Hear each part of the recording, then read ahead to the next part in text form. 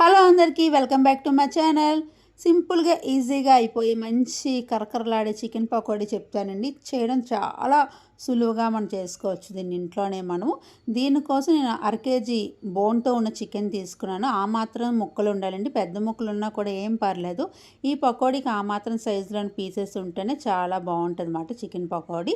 ఇందులో శుభ్రంగా కడిగి పెట్టుకునే చికెన్లోని ఒక పెద్ద 2 స్పూన్లు బియ్యం పిండి వేసుకోండి. ఒక 2 స్పూన్లు సరిపోతాయి. మీరు చికెన్ తీసుకునే బట్టి బియ్యం పిండి యాడ్ చేసుకోవాలి. నేను తీసుకున్న కేజీకి నాకు ఒక పెద్ద స్పూన్లతోటి 2 స్పూన్లు బియ్యం పిండి యాడ్ చేసుకున్నాను.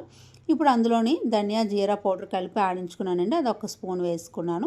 తర్వాత అదే స్పూన్ తోటి కారం, కొంచెం రుచికి సరిపోయినంత ఉప్పు వేసుకుంటున్నాను. తర్వాత ఇందులోని కొంచెం అదే స్పూన్ తోటి గరం మసాలా పొడి యాడ్ చేశాను.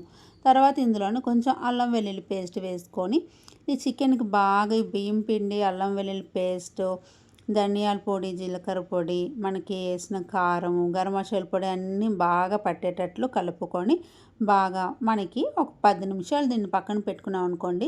మనం వేసినవన్నీ పట్టి చికెన్ కూడా బాగా చూసారు కదా, అంత మంచిగా నానుతుంది, బాగా ఊరుతుంది అన్నమాట. అందుకని చెప్పేసి 10 నిమిషాలు పక్కన పెట్టిన చికెన్ మీకు చూపించాను. ఇందులోనే ఇప్పుడు స్టవ్ వెలిగించి కళాయి పెట్టుకొని కొంచెం ఆయిల్ పోసుకోండి. చికెన్ పకోడీ అనేది డీప్ ఫ్రై చేసినంత ఆయిల్ ఏమి అవసరం లేదండి. ఆ కొంచెం నూనెతో కూడా మనం చక్కగా పకోడీ చేసుకోవచ్చు. మీరు నూనె బాగా కాగిన తర్వాత మీ కళాయిలో ఎన్ని సరిపోతాయి అన్ని పీసెస్ వేసుకొని కొంచెం మీడియం ఫ్లేమ్లో పెట్టి వేయించండి. ఎందుకంటే ఇది మీడియం ఫ్లేమ్లో పెట్టాలి. మనం ఇందులో బియ్యం పిండి వేస్తాం కదండి, ఆ బియ్యం పిండి హైలో పెడితే బియ్యం పిండి అంతా మాడిపోతుంది అన్నమాట. మాడిపోయి లోన చికెన్ మళ్ళీ ఉడకదు. మనకి బియ్యం పిండి మాడిపోయి చికెన్ లోన ఉడకకుండా పచ్చి పచ్చిగా అలాగే ఉంటుంది. కొంచెం మరీ సిమ్లో పెట్టినా కూడా మళ్ళీ కూడా కుక్ అవ్వదు. కాబట్టి హైలోనే వద్దు, సిమ్లో కాకుండా మీడియం ఫ్లేమ్లో పెట్టుకొని మనకి కాల్చుకున్నాం అనుకోండి, బాగా వేయించుకుంటే మంచి టేస్టీగా రుచికరమైన చికెన్ పకోడీ మనకు రెడీ అవుతుంది. చూసారు కదా, ఒక సైడ్ కాలిన తర్వాత నేను రెండో సైడు తిప్పుకుంటున్నాను. ఆ మాత్రం రంగు వస్తే చాలండి, మరి ఎక్కువ రంగు వచ్చినా బియ్యం పిండి కాబట్టి మాడిపోద్ది.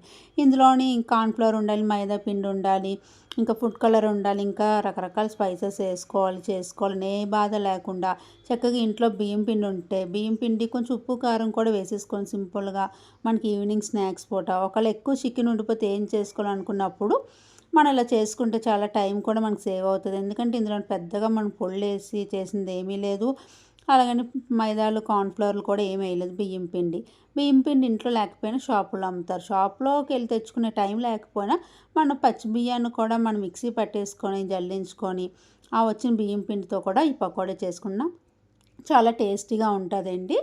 ఎందుకంటే ఇది బ్యాచిలర్స్ కూడా సింపుల్గా చేసేసుకోవచ్చు. చికెన్ పకోడీ చాలా బాగుంటుంది.